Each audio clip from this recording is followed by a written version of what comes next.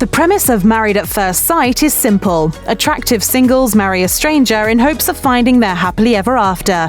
But the show looks a lot different since its 2014 premiere, in ways you might not even realize. From I do to I don't, here's how Married at First Sight has become better than ever. I really don't even remember his name. Honestly, what's his name? Once upon a time, Married at First Sight lived in a land called FYI, a basic cable channel owned by A&E. But it wasn't until FYI simulcast the broadcast that the series ultimately made the jump to Lifetime. There, according to the New York Post, the show ranked as the network's top series for 3 years, starting in 2017. Over 40,000 people are looking to us to find them a life partner. That's crazy. But while it's already been airing for years, longtime fans will be happy to know this series doesn't appear to be slowing down anytime soon. Season 11 premiered in 2020, and according to Entertainment Weekly, Lifetime has already ordered 6 more seasons for the franchise, offering fans a whopping 17 seasons of wedded, or not so wedded, bliss. During every season, Married at First Sight introduces fans to brand new sets of couples. But the show has also featured some new relationship experts along the way. I want you to tell each other 3 things that you like best about the other one. Fans met Dr. Joe Salona, sociologist Pepper Schwartz, aka Dr. Pepper, Dr. Logan Levkoff, and spiritual advisor Greg Epstein. But as the seasons progressed, the panel was gradually whittled down to 3: Dr. Pepper, Pastor Calvin Robeson, and relationship expert Rachel D'Alto. D'Alto was later replaced by Dr. Jessica Griffin. But since both experts sported blonde hair, for casual viewers, the switch may have gone unnoticed. Dr. Griffin was a regular until she developed a relationship with Season 6 cast member John Francetic, who was originally married to Molly Duff. Dr. Griffin was then replaced by couples therapist Viviana Coles for Season 11. The show is raising the stakes and giving even more singles a chance at finding their perfect match by legally marrying even more couples every season. While only 3 pairs were matched on Season 1, by 2020, fans saw a total of 5 couples taking a leap of faith on national TV. I mostly just kind of thought it would be fun to be on a reality show. I don't think that would bode very well. But it was only beginning with Season 10 that the franchise started featuring 5 couples simultaneously, according to Deadline. Just 3 couples were featured during Seasons 1 through 7, with 4 couples debuting on the show in Seasons 8 and 9. But more marriages undoubtedly equals more drama, which of course is what keeps us tuning in every week. How are we supposed to become friends? I feel rejected from you, like you don't even want to be my friend. It appears this strategy might also help boost the success rate of the matches. More potential pairs means a greater chance of the newlyweds staying together once decision day arrives. Even so, while Season 10 matched 5 Washington, D.C. couples, only 1 out of all of them stuck together. But even frontrunners Derek and Katie were getting a divorce by April 2020, according to E! News. Can't get enough of this wild wedding day ride? Lifetime agrees. As more couples tie the knot every season, it's only natural that episodes have become longer in order to portray every marriage. This became apparent in Season 10 when the series featured 5 couples for the first time. Episodes were capped at 2 hours, a pretty significant increase from the series' original hour-long time slot. Cheers to being married at first sight. Yeah! 2 hours may seem too long to some viewers. After all, that's the length of a feature film. But for anyone who's also a fan of The Bachelor, 2 hours is nothing, considering episodes of that show can sometimes last a whopping 3 hours. Participating couples didn't always know what kind of show they were signing up for. And while that might seem a little unbelievable, considering how popular the series is now, when it debuted, no one had a clue what the show was about. And it seems producers were tight-lipped when it came to letting potential singles know what they were in for. I'm thinking I just made the worst decision of my life. Executive producer Chris Colin told Reality Blurred in 2014, "We pretty much told them everything except for the fact that they would meet their husband or wife at the altar and see them for the very first time there. We didn't want to tell people what the show was about. We wanted to find people who were serious about wanting to be in a relationship. We wanted the show to work. Work it did, and the series went on to become a total smash hit." If you're really paying attention, you might notice a change of scenery with each iteration of the show.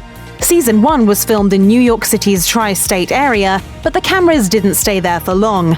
Subsequent seasons were filmed in Philadelphia, Washington, D.C., Chicago, Atlanta, New Orleans, Miami, and more. Roses are red, violets are blue. I'm marrying a stranger, and so are you. Of course, this is exactly why every couple matched on the show just so happens to live in the same city. It turns out that sharing a home base has been a hard rule since season 1. Chris Colin explained to Reality Blurred that it would have been, quote, unrealistic to feature long-distance couples, especially given the fact that the newlyweds already have enough stresses to deal with, including moving in with a complete stranger and ultimately deciding whether or not they want to spend the rest of their lives with them. When Married at First Sight first premiered, the newlyweds were encouraged to steer clear of the other couples and nurture their own relationships. But by season 6, the duo started meeting up for organized group hangouts.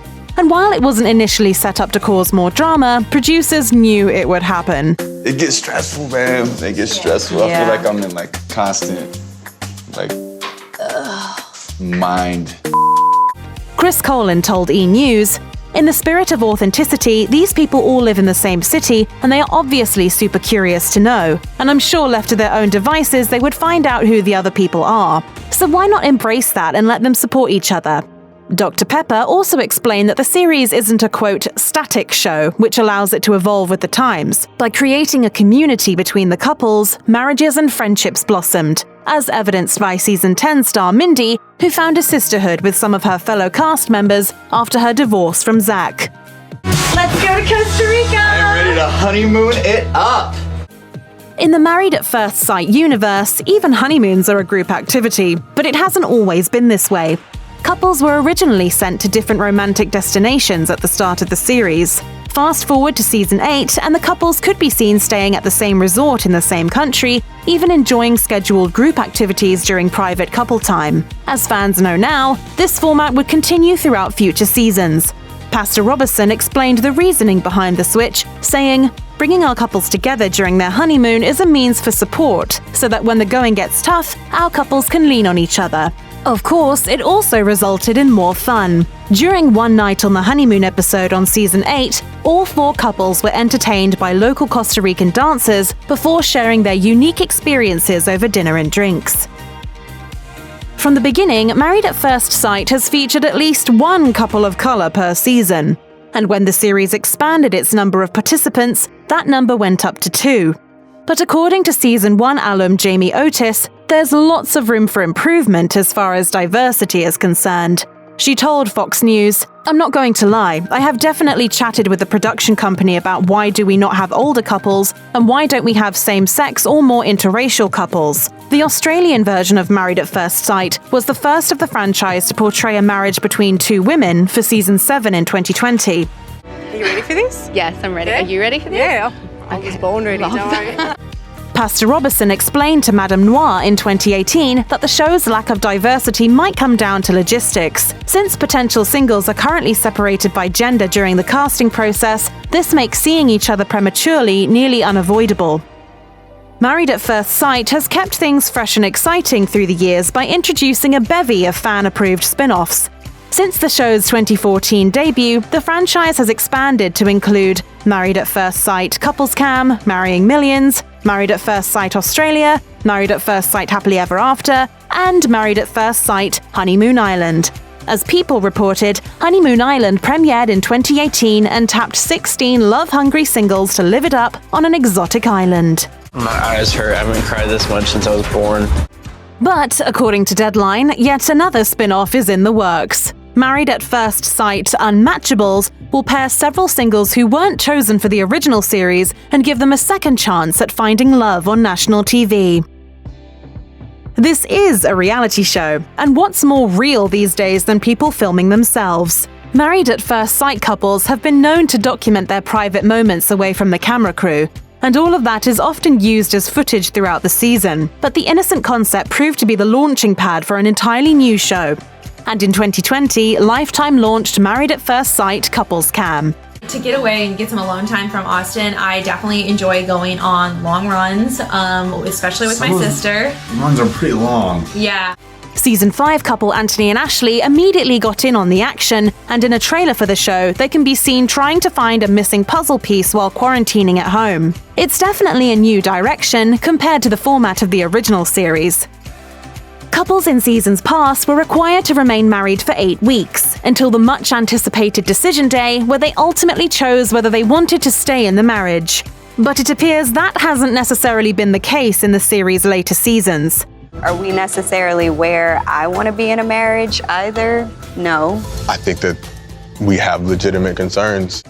For the first time in franchise history, Season 9 couples were given an option to recommit or walk away at the halfway mark of the 8-week evaluation period. Pastor Robertson explained on the show, "We don't want them staying in marriages that are toxic or have no potential for love just because of the experiment." On the Decision Day episode every season, the relationship experts sit down with each member of the cast to find out what is and isn't working in their marriages, ultimately giving them all a chance to decide how they want to move forward. Loyal fans will be very familiar with Dr. Pepper's home visits, but throughout the years, these meetings at cast members' homes have grown more involved. You wrote about yourself that you had overall mythic and godlike features? I do have a Greek-like body. As the experiment goes, once the honeymoon is over, couples must face reality and move in together. Of course, there are exceptions. Zach chose to live apart from his new wife, Mindy, throughout the length of their short marriage.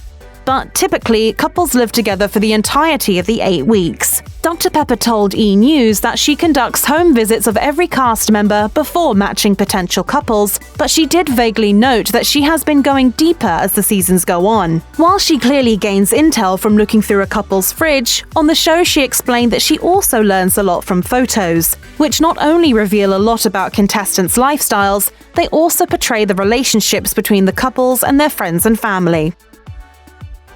As Married at First Sight has become more sophisticated over the years, so has its vetting process. The hit series has always heavily researched potential cast members by including, quote, in-depth psychological and background evaluations per E! News, and for top candidates, a home visit from Dr. Pepper Schwartz. But it appears the already detailed vetting process has gotten even more complex as the show's popularity has increased. According to Dr. Pepper, production has started conducting interviews with the friends and family of potential cast members early on in the vetting process so they could better find a person's best match. As the expert explained to E! News, they even asked candidates to bring in photos of their exes or people they found attractive in hopes of having more success with their match. She revealed, "We really wanted to know in their history, not just what they found attractive, but who did we really date? Who did we really see?" Most people stumble through the dating process. We give people what they say they desperately want. Hey, if it leads to lasting love, an in-depth vetting process is certainly worth the hassle. As much as this franchise has transformed over the years, one thing will never change. There is always a chance you'll find your perfect match. Check out one of our newest videos right here. Plus, even more list videos about your favorite celebs are coming soon. Subscribe to our YouTube channel and hit the bell so you don't miss a single one.